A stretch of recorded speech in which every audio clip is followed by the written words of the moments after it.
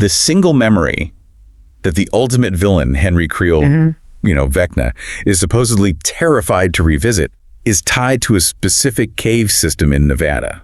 I mean, think about that for a second. The Master of Fear himself has one memory that just reduces him to, well, genuine terror. It's the ultimate missing piece of the puzzle, isn't it? This huge pivotal event that apparently shaped his entire worldview is only available to people who saw the Stranger Things play. Exactly. So for most of us, it's this massive hole in his origin story. And it's something that, absolutely has to be shown on screen. And that's our mission for this deep dive. We're jumping right into that gap. Yeah. And every other nook and cranny of fan speculation to put together the ultimate wish list for the final showdown. Okay, so let's start with the villain.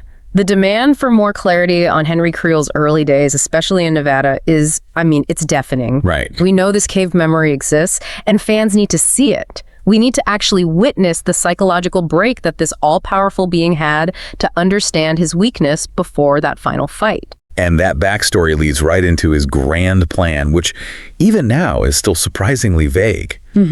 We know he wants to reshape the world. We know he's targeting children, the weak in body and mind, as he says, to use as vessels. But the big question is still just, how many? How many victims does he actually need? And what's the final trigger for the full invasion? And this is where things get really interesting, because we get into the physics of the Upside Down. Yeah, and there are two main theories here. The first one is pretty straightforward. It suggests he needs exactly 12 children. 12, like the points on a clock. Exactly. Which implies this isn't just about opening a gate, but maybe something to do with time travel or a full-on temporal breach. But the theory that feels, a little more connected to the show's visuals is the Tesseract theory. It's a bit complex, but... Well, it really offers a very neat explanation for everything. What's so fascinating is the geometry of it all. Okay, so break it down for us. A tesseract is basically a four-dimensional cube, and the key thing is that it has 16 points, or vertices. 16. Right. So the theory is that Vecna needs 16 victims in total, the 4 from last season, plus 12 new ones, to fully stabilize the entire structure. But why 16? Why is that the magic number for stability? Because if the Upside Down is, a four-dimensional plane, you need 16 points to define that structure and hold it open permanently. So it's not just cracking open a door. No, not at all. It's about anchoring an entirely new reality to ours. It would let the Mind Flayer, the Demogorgons, everything just pass through freely. And that's the kind of technical detail that fans are really craving. That completely changes the stakes from just, chaos to a highly structured, almost mathematical invasion. Right. And before we move on from Henry, we have to talk about the anti-hero Vecna theory. This idea that he might actually think he's the good guy. Oh, it's so compelling because he's so consistent with it. You listen to his dialogue, it's full of this messianic language. He tells Max, I saved you. He says it's time for your suffering to end. He really believes it. He seems to. He sees himself as a liberator, saving people from the mundane suffering of their lives by forcing them into his perfect ordered world. That makes him way more terrifying than just some monster. Which makes the emotional stakes for everyone else so much higher. If he preys on the vulnerable, then our heroes have to find their ultimate strength. So let's pivot to that emotional core, because the fan demands for personal payoffs are huge. And we have to start with Will Byers. Oh, absolutely. The anticipation for Will to finally, embrace who he is, both to himself and to others, is just, it's massive. It's the emotional centerpiece, really. It's been obvious to the audience that Will is in love with Mike. And the sources confirm it. Noah Schnapp himself said Will come out and tell Mike how he feels. That's a non-negotiable moment for the fandom. But is it enough for him to just say it? Don't fans also want Mike to acknowledge it, even if he doesn't feel the same way? The execution of that scene is so tricky. It is, yeah. And that's where Robin's character becomes so important. Her whole thing is about learning that loving yourself is the first step, even if your love for someone else isn't returned. So Will's arc isn't just about confessing to Mike. No, it's about him shedding that shame and fear that Vecna loves to prey on. It's about him finally standing on equal footing with everyone else. And while all this is happening, the world is literally ending, and you've got these other huge relationship threads that need tying up. Oh, yeah. Like the whole Jonathan, Nancy, and Steve situation. That tension is still just simmering. And apparently Jonathan is planning to propose to Nancy. Which just raises the stakes sky high. Will he even survive to ask her? Her choice, his future, Steve's whole dream of a normal life. it's all about to collide. Fans want a final decision, even a tragic one. And then you have Jopper, Hopper, and Joyce. They're finally official, but the humor is just baked right into their future. The fans went crazy over that little detail of their 7 p.m. date at Enzo's. Followed immediately by Joyce insisting they have to be home by 8:30 for curfew. It's so perfectly them. A first date during the apocalypse, and Joyce is worried about a curfew. That's what they're fighting for, that mundane stability. Fans just need them to survive and finally make that reservation. And what about the next generation? Will Eleven and Mike get their normal life?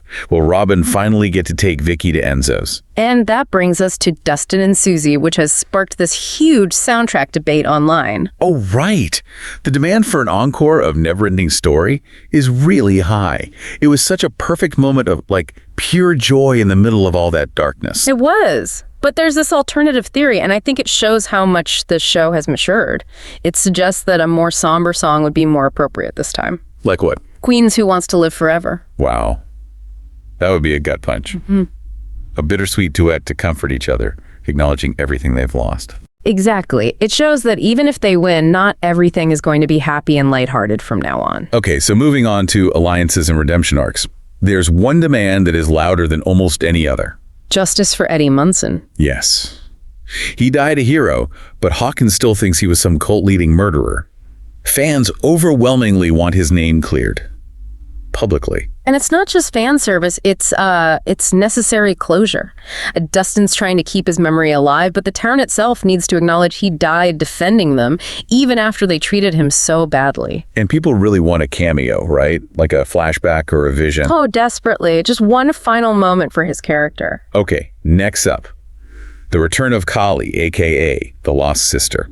Her episode in season 2 was, let's say, controversial. That's putting it mildly. The writers have a huge job here. They have to integrate her into the plot in a way that feels natural, that actually redeems that whole storyline. If it feels shoehorned in, the audience will turn on it. And the big fear is that she'll either steal the spotlight or it'll just lead to some cliche power of friendship ending. Right. Fans seem to want her power to be something very specific and technical, like creating illusions or giving Eleven a temporary power boost, something that enables the victory rather than just participating in it. Which brings us to Max. I mean, it's been over a year of heartbreak for Lucas just sitting by her side. Yeah, and she's in this state that fans have started calling Cameo Max. Right, let's define that. It's the idea that her body is in a coma, but her mind is active. That's the theory, that her consciousness is actually trapped inside Vecna's memories, inside his mindscape.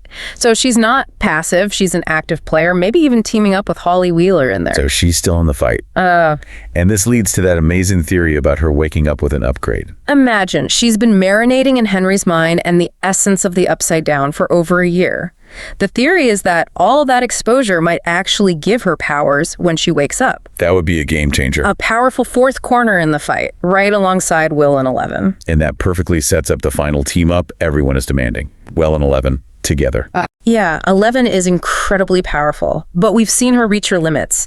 Fans desperately want to see Will finally tap into his connection to the hive mind and combine his, sensory strength with her raw power. They might not be able to do it alone. But together, in a coordinated psychic attack, they've got a much better shot at ending it for good. Okay, let's talk about the new players who could throw a wrench in all this, starting with Dr. K, played by the one and only Linda Hamilton. Dr. K is such a wild card. She could either remain a human obstacle for the whole finale or, and this is what people are hoping for, she could form an unlikely alliance with the kids once she realizes the true enemy isn't Eleven. Well, one thing fans are demanding, no matter what side she's on, is a fight scene worthy of Sarah Connor. Oh, absolutely. But the really interesting theory is that her own soldiers might turn on her once they see what the Upside Down is really capable of and realize Eleven is their only hope. That feels like a necessary step for the world to start cleaning up this mess. Definitely. Now, let's get into the nooks and crannies. The smaller, but still super important character moments fans are asking for. At the top of that list, Holly Wheeler. She's part of the family business now. Fans want to see the youngest sibling have one small, badass moment. And then there's a wish for Lonnie Byers, Will's deadbeat dad, to show up and redeem himself with one single act of heroism. Some closure there would be great. But I think my favorite niche demand is a scene between Erica Sinclair and Vecna. Oh my God, yes. Can you imagine his whole gothic, philosophical, doom and gloom monologue being met with her pure, unfiltered, aggressive confidence. It would be hilarious. He wouldn't know what hit him. Not at all. And to wrap up the wish list, let's talk about the aftermath. Fans really, really want to flash forward, specifically to 1988 with the gang watching Beetlejuice. And they have to make the meta joke, right? They have to wonder out loud why Lydia Dietz looks exactly like Will's mom. It's the perfect self-aware note to end on. It is. And finally, the last wish, that at least half the cast moves away, maybe to Chicago, with Dijo's End of Beginning playing over the credits. And yeah, everyone knows the song isn't from the 80s, but the argument is that it just sounds like an oldie hit. The emotional impact is more important than the timeline on that one. So we've covered a massive amount of ground here. Emotional payoffs, supernatural closure, clearing Eddie's name, resolving all these love stories under, apocalyptic pressure. It's a lot for the writers to deliver. It's an overwhelming list for sure. It really is. And this brings us to a final provocative thought for you to take with you. Will Byers. He has been connected to the Upside Down, to the hive mind since the very beginning. His connection is the root of this entire problem. So if Vecna's defeat requires completely destroying his connection to our world, severing that tether for good, it raises a really important question. Is it possible that for Vecna to truly be gone, the ultimate price has to be paid by Will? What would a happy ending even look like if it meant losing one of the original members of the party? If you enjoy this video, please like, share, subscribe and hit the bell to the later update from my channel. Thank you for watching till the end and see you in the next video.